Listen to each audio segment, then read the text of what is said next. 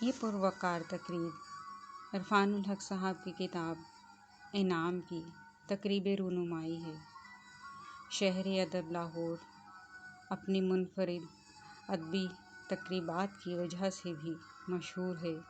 یہ بھی ایک ایسا ہی دن ہے جہاں آپ آئیں، آپ موجود ہوں اور وہاں آپ کو محسوس ہی نہ ہو کہ رومی اور تبریز کا کیف یہاں موجود نہیں ہے۔ یہ ممکن ہی نہیں ہے۔ کتاب کے آغاز میں فلسفہ دھمال پہ بات کی گئی ہے، اس کے بعد بلے شاہ پہ بات کی گئی ہے اور بنیادی طور پہ یہ کتاب 40 رولز آف لو کی تفسیر کہی جا سکتی ہے۔ ترکی کی خاتون مصنفہ الف شفق کی لکھی گئی کتاب 40 رولز آف لو، اس میں جو 40 اصول عشق کے شاہ تبریز نے بیان کیے تھے اس پہ بات کی گئی ہے۔ شاہ شمس تبریز ایک مجذوب قسم کے بزرگ تھے۔ حضرت جلال الدین رومی جو کنیا کے ایک بہت بڑے عالم دین تھے، ان دونوں کی کہانی ہے۔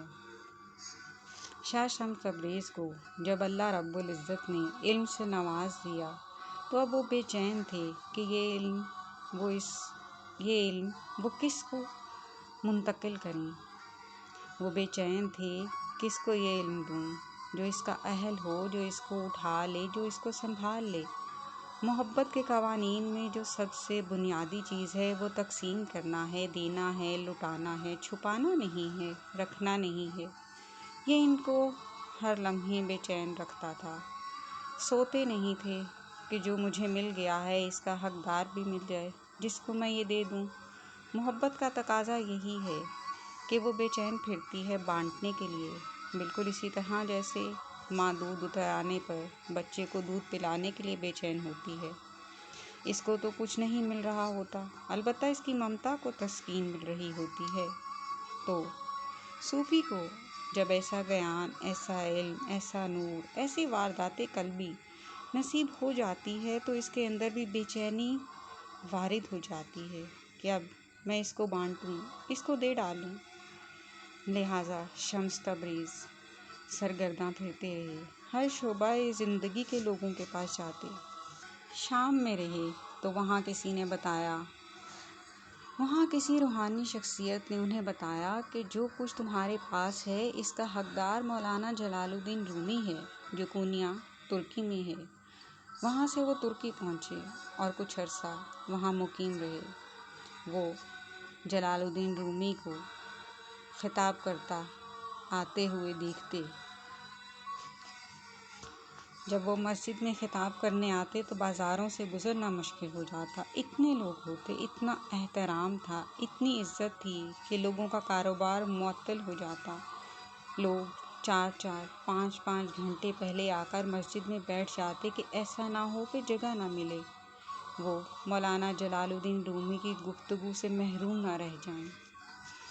مولانا جلال الدین رومی سفید گھوڑے پہ جایا کرتے تھے۔ شاہ تبریز کبھی مسجد نہیں گئے، راستے میں بیٹھے انہیں آتے جاتے دیکھتے۔ جب کچھ دن انہوں نے ان کا مشاہدہ کر لیا، دیکھ لیا، محسوس کر لیا کہ یہ وہی شخص ہے جس کی مجھے جستجو تھی، تو آزمائش کی غرض سے انہوں نے جلال الدین رومی کو ایک دن راستے میں عوام میں کھڑے ہو کر روکا اور پھر ایک سوال ان سے کیا جو ان کی اہلیت کو چیک کرنے کے لیے تھا۔ مولانا جلال الدین رومی نے ان کو عین ان کی توقع کے مطابق جواب دیا۔